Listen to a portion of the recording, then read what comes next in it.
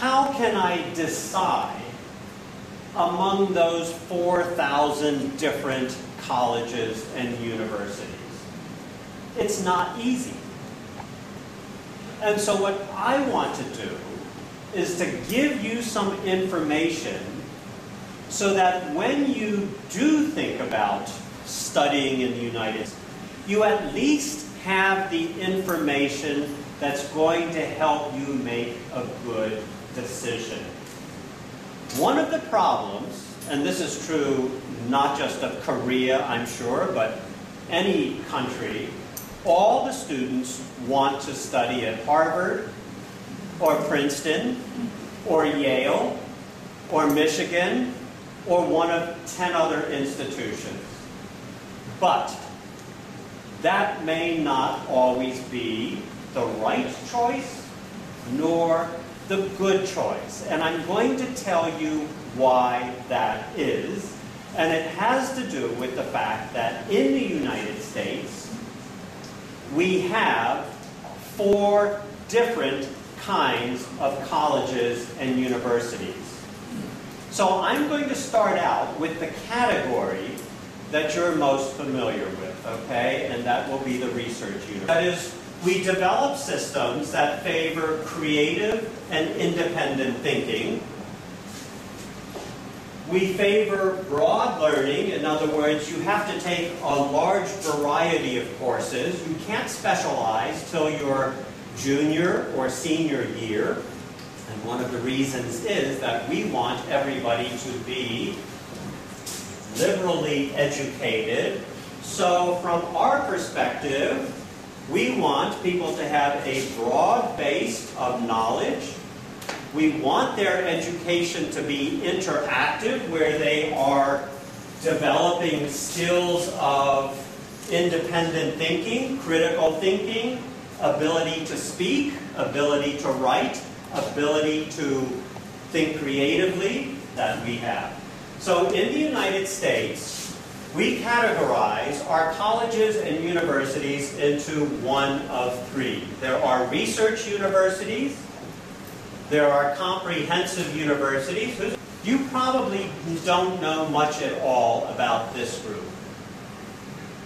Within each group, there are the high quality and the not so high quality. So there are the best research universities and research universities that aren't so good. So there's a ranking there. Within this group, there are the best ones and there are the not so good ones in this group. And the tendency is for people to think of these as being better than these, as being better than these, but that is not the case. Each group has its own ranking, and the highest ranked universities here may be much better than the middle ranked universities here. And the highest ranked universities here may be better than some of the highest ranked universities here, and so on. So until you understand this system, you have no idea as to how to choose a college or a university in the United States, other than the fact that you've heard this name before and you've heard that this is a good school. Okay? States, public or private, has nothing to do with quality. It has only to do with funding. Who pays, okay? As a general rule, the best privates are extremely good, and the best publics are extremely good. For example, the University of Michigan is a well-known public university.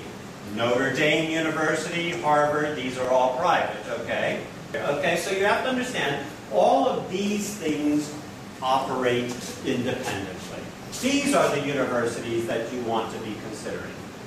If you're thinking of doctoral study, okay, and you want to look at the rankings within this group, and those are the ones that will be included in the international rankings. So when you look at rankings of universities across the entire world, you will see U.S. institutions that are ranked, but the only U.S. institutions that are ranked are the research universities.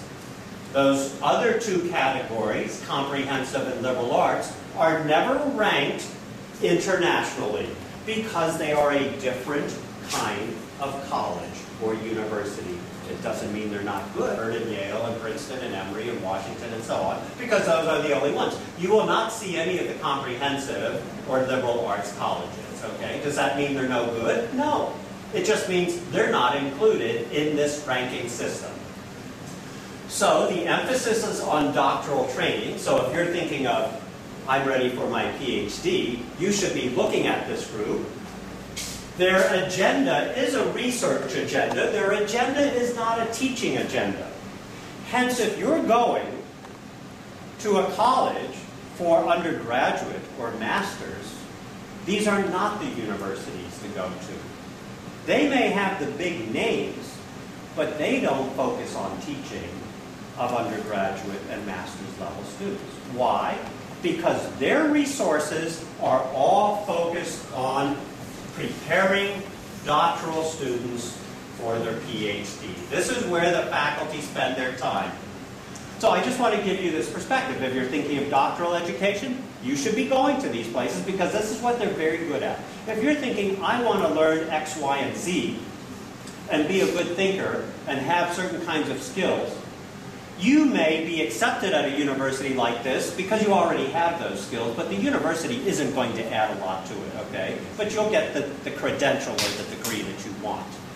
But you're not going to, it's other kinds of universities that really take people and move them to a higher level because they have a very different model of it. Liberal arts colleges provide some of the best education in the United States.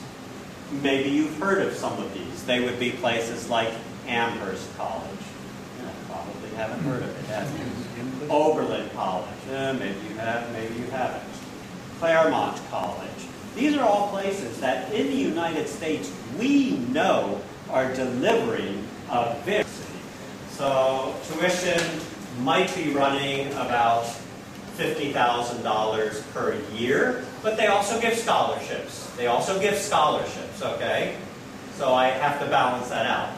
Most students would not actually pay $50,000 because they would be, these also are never included in international rankings. It's a different kind of university. It's not a research university.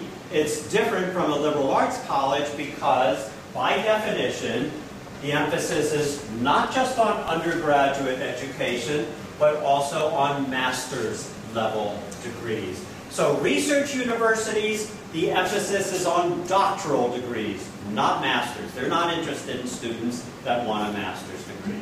Medium and low. And so if you're thinking of studying in the university, what you need to be thinking of is, do I want an undergraduate education?